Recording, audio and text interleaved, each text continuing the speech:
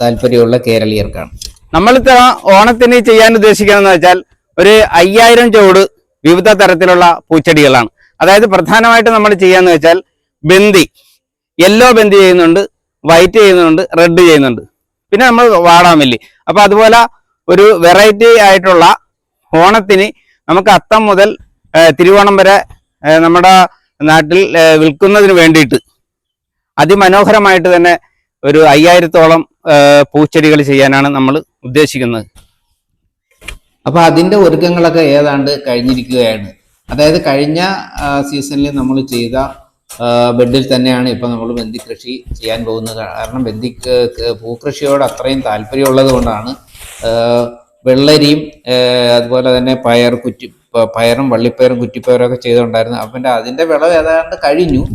അപ്പോൾ കുറച്ചുകൂടിയൊക്കെ ഉണ്ടായിരുന്നു. എന്നാലും നമ്മൾ പൂക്കൃഷിയോട് താല്പര്യം കൊണ്ട് അത്